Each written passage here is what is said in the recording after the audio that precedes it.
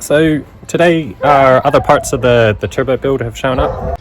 Down there you will see we have our feed for the oil, nicely snug in there, and we've got our water lines hooked up with banjos, a braided RB kit, and it goes all the way and plugs back into there, comes around,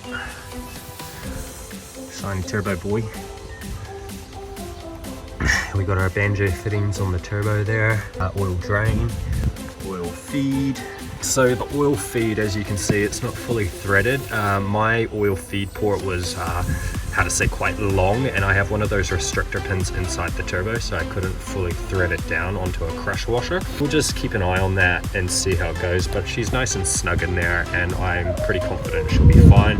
If you're wondering what this is just the oil restrictor that I got to pop in the top of the feed when I put in the hose. We've got our pod filter set up, an adapter plate to the factory AFM, and nice and tidy. Now our wastegate is pre-tensioned 3.5 turns, and then we'll just up it from there. Let's look at your turbo guidelines and installation instructions, and if all else fails, just seek professional help. So we have the car all jacked up. And that was just my ducks. Oh, it's a beautiful sunny day.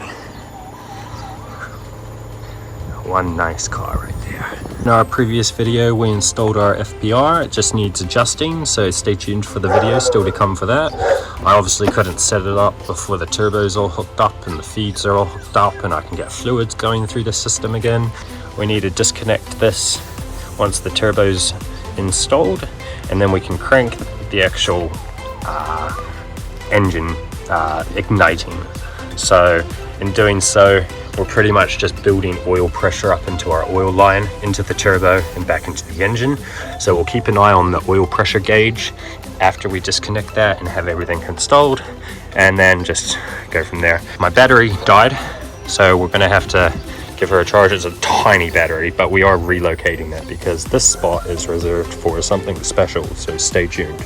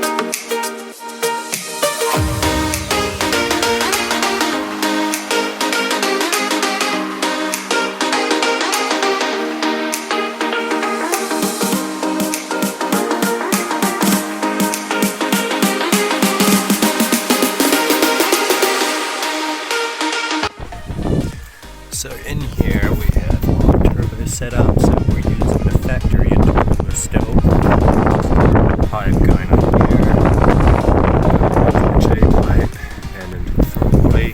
We've deleted several cables and the factory filter. And really what you missed on the rest of the video was just me tightening all the banjos and the fittings. Some of it I'm happy with, some of it I'm not, so we'll just test it out and see how we go. And yeah, it's all secure, all nice and snug as a bug. It's a bit still tight, but once we get some intercooler pipes, that will all change.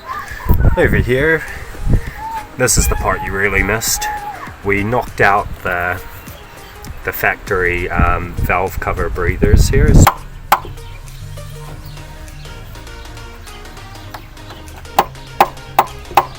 So all you have to do is just get like a rubber mallet and just give it a good old bash. I had to get like a bar and just prop it up because it just would turn in place, but you couldn't yank it. So you just get some leverage on it and just carefully do it. Maybe put like some sort of protective mat down. I just got some Aeroflow 10AN Nissan push to fit valve fittings. It's got some 90-degree 10AN to hose. Some braided nylon hose because I didn't want to damage the top of the bonnet there. So pro tip, nylon if you don't want to damage, stainless steel if you know it's pretty secure and really close to heat. We also installed our water temperature sensor adapter. I'm going to change all this water piping because it's a bit tight. As you can see, I've had to put some silicone cuts sandwiches in place just to keep it from rubbing. Hatch can setup. It's a 4-port with 10AN fittings. It's an Etman, just like, you know, kind of like a Chinese knockoff. But I really liked this one because it uses the battery sort of foundation that comes with a bracket, and it's got nice 2 breathers, and it just makes the aesthetic of the bait look nice. Now I've filled her up with some 5W30 oil, so she's all filled up, and I haven't seen any drips or leaks just yet, and she's all filled up with some water. So we unplug this and we'll be able to turn the engine over and create some oil pressure, so hopefully. And then once we've got some oil pressure, flip it back in, see if she fires up. Fingers crossed.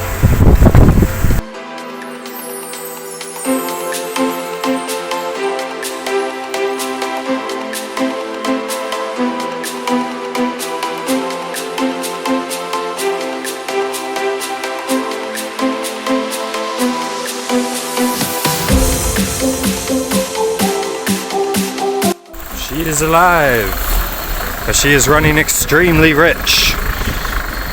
And we've got a tiny little feed oil problem, but it's nothing major.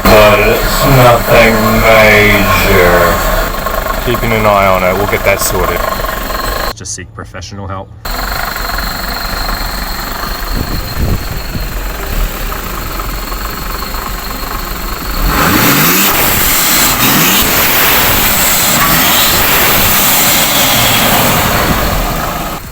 She flooded.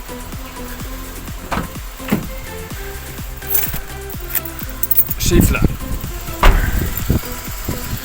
Alright, well, we gotta get the ECU in. We just received our PCV valve block off plug and grommet. In there you can see it nice and tidy. Plugs up the hole with no ugly look. I'm gonna be doing something about this this three-piece join here. I'm probably just going to replace it with a 3-piece T and just pipe it all and just tidy it up because it looks hideous there with the bracket on top.